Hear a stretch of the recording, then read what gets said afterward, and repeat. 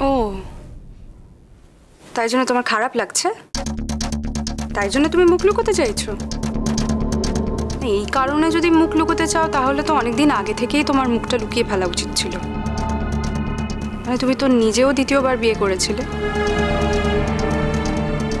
তো তখন কি পৃথিবীটা একেবারে শান্তি যুগে পরিণত হয়েছিল? কেউ কিছু বলেনি জুন আন্টি? অঙ্কিতা, আমি সিরিয়াসলি বুঝতে পারছি না তোমার প্রবলেমটা কি। কারণ তুমি আজকাল আমার সাথে অকারণে মিসবিহেভ করছো। মানে কি যে বলছো তার কোনো মানে নেই।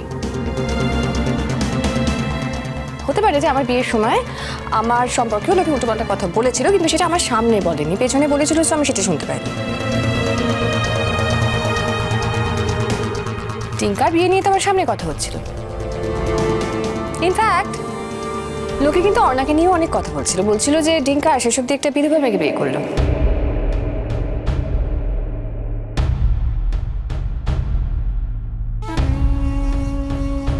জুন, এসব কথা থাক। আজকের দিনে ওর সামনে এসব কথা বলার কোনো দরকার নেই। যারা এসব কথা বলে না তারা ছোট মনের। তুমি হঠাৎ করে এসব কথা বলতে এলে কেন এখন? না মানে আমার শুনে খারাপ লাগলো, তাই জন্য শেয়ার করতে এলাম। অনেক কিছুই তো তুমি শেয়ার করো না জুন আন্টি। কিছু কিছু জিনিস তো শেয়ার করার কোনো প্রয়োজন নেই। যখন সব কথা শেয়ার করতে পারবে তখনই একমাত্র শেয়ার করো। সিলেক্টিভ কিছু কথা যখন শেয়ার করবে তখন করার দরকার নেই। কি ব্যাপার আমি বুঝতে পারছি না। মানে তুমি তোমাকে সহ্যই করতে পারছো না? সেটা তোমার ভুল ধারণা জুন আন্টি। না, সেটা আমার একদম ঠিক ধারণা। আমি তো দেখতে পাচ্ছি যে তুমি আমার প্রত্যেকটা কথার উপর রিঅ্যাক্ট করছো। কেন? অবশ্য সত্যি কথা বলতে কি তোমার মনের অবস্থা আমি বুঝতে পারছি। হাজবেন্ড ডাম্প করেছে, রাইট? ডিভোর্স করতে চাইছে, লিগ্যাল নোটিশ পাঠিয়েছে, হয়তো কোনো মেয়ে সাহেবের প্রেমে টেমে পড়েছে। That's really sad, Ankita. এই সিচুয়েশনে একটা মানুষের মনের অবস্থা ঠিক কি হয় সেটা বোঝার মতো সেন্সিবিলিটি না আমার আছে। না, আমার ব্যাপারে এত সেন্সিবিলিটি তোমাকে দেখাতে হবে না জুন আন্টি। তুমি বরং নিজের সম্পর্কে একটু সেন্সিবিলিটি দেখাও, আর যেই মানুষটার সঙ্গে তোমার সম্পূর্ণ লেনদেন তাকে একটু সেন্সিবিলিটি দেখাও। এই যে তুমি এখানে এসে বললে না যে অন্যার সম্পর্কে অনেকে অনেক কথা বলছে, আমরা কিন্তু আর কারোর মুখে সেই কথাটা শুনলাম না, আমরা শুনলাম তোমার মুখে। আর সেই কথাগুলো তুমি অন্যার সামনেই বলে দিলে। এইটা করাটা তোমার ঠিক হয়নি জুন আন্টি। এইটাকেই আমরা সেন্সিবিলিটি বলি। এইটা তোমার একটু শেখা দরকার। মানে যেটা সত্যি সেটা আমি বলতে পারবো না। হ্যাঁ, আমার প্রথম স্বামী মারা গেছে, এটাও সত্যি। আমি তাকে ভালোবাসতাম, যেমন আজও বাসি। কিন্তু তার মানে এই নয় যে প্রত্যুষের প্রতি আমার যে ভালোবাসা আছে সেটা মিথ্যে। তার মানে এই নয় জুন আন্টি যে প্রত্যুষের সাথে থাকাটা অন্যায়। যদি কারোর কোনো বক্তব্য থাকে সে আমার সামনে এসে আমার মুখের ওপর কথাগুলো বলুক, তখন আমিও বলবো আমার কোনটা ঠিক মনে হয় কোনটা ভুল মনে হয়। অন্য কারোর ঠিক ভুলে আমার কিচ্ছু যায় আসে না। এনিওয়ে, চলো বাইরে সবাই নতুন বউ দেখবে বলে বসে আছে। যাচ্ছিলাম তো, তুমি এলে বলে দেরি হয়ে গেল। এক্স্যাক্টলি জুন আন্টি, এরপর থেকে কারুর কথা কাউকে কনভে করার কোনো প্রয়োজন নেই। কারুর যদি কিছু বলার হয়, যদি আমাদের সামনে বলে, তাহলে আমরা আমাদের মতো ডিল করে নেব। আর যদি অন্যার সামনে বলে তাহলে অন্যাও অন্যার মতো ডিল করে নেবে।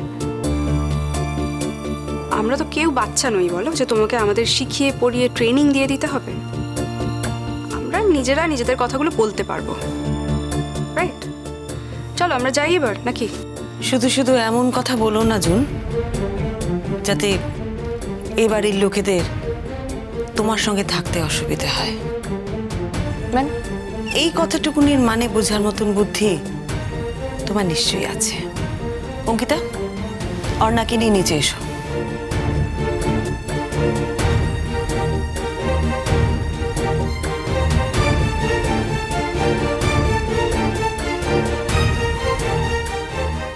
বেশি ডাঁট হয়েছে স্টিমার।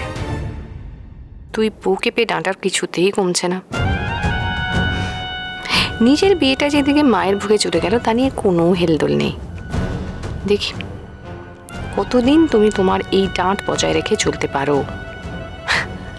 ওর না যে তোমার হাড়ির হাল করে ছাড়বে না তাই বা কে বলতে পারে। দাঁড়া দাঁড়া দাঁড়া, আরে আচ্ছা ঠিক আছে ঠিক আছে হয়েছে, আর দরকার নেই, ঠিক আছে। উফ, আরে কি ঠিক আছে? হ্যাঁ এই শোন, কি ঠিক আছে? আগের বার কোনো সুযোগ পাইনি, হ্যাঁ এবারে যখন পেয়েছি এত সহজে তোমাকে কিন্তু ছাড়ছি না। বারবার প্রথমবারের কথা বলিস না, বিশেষ করে রিকোয়েস্ট করছি অন্যার সামনে বলিস না প্লিজ। আরে ভাই সরি ভাই, তুই কেন করছিস এরকম? একই কথা কেন বারবার বলছিস? আরে আমি কোনো ক্যালকুলেশন করে বলিনি, বিশ্বাস কর প্লিজ, মানে কিছু মনে করিস না। ঠিক আছে, ইটস ওকে।